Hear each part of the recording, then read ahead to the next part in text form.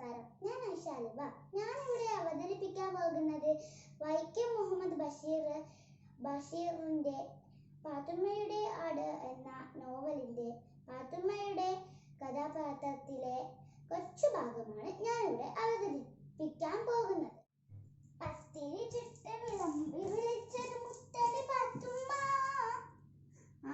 ആരല്ല ഇത്?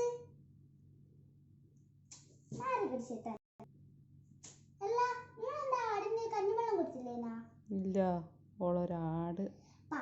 പറഞ്ഞോളി എന്ത് വേണമെന്ന് പറഞ്ഞോളി. എന്റെ ആടൊന്ന് പെട്ടോട്ടെ, അന്നേരം എല്ലാരും കൂടി എന്നെ പുറകെ വരും. അന്നേരം കാണിച്ചിരുന്നുണ്ട്. ഈ സുബൈദാക്കും തരണേ പാല്. തരുന്നുണ്ട്, നല്ല അടി തരുന്നുണ്ട്. എന്റെ ആടിന് കുറ്റം പറഞ്ഞേ പോയാ ഇപ്പൊ നിനക്ക് ഞാൻ പാല് തരണല്ലേ?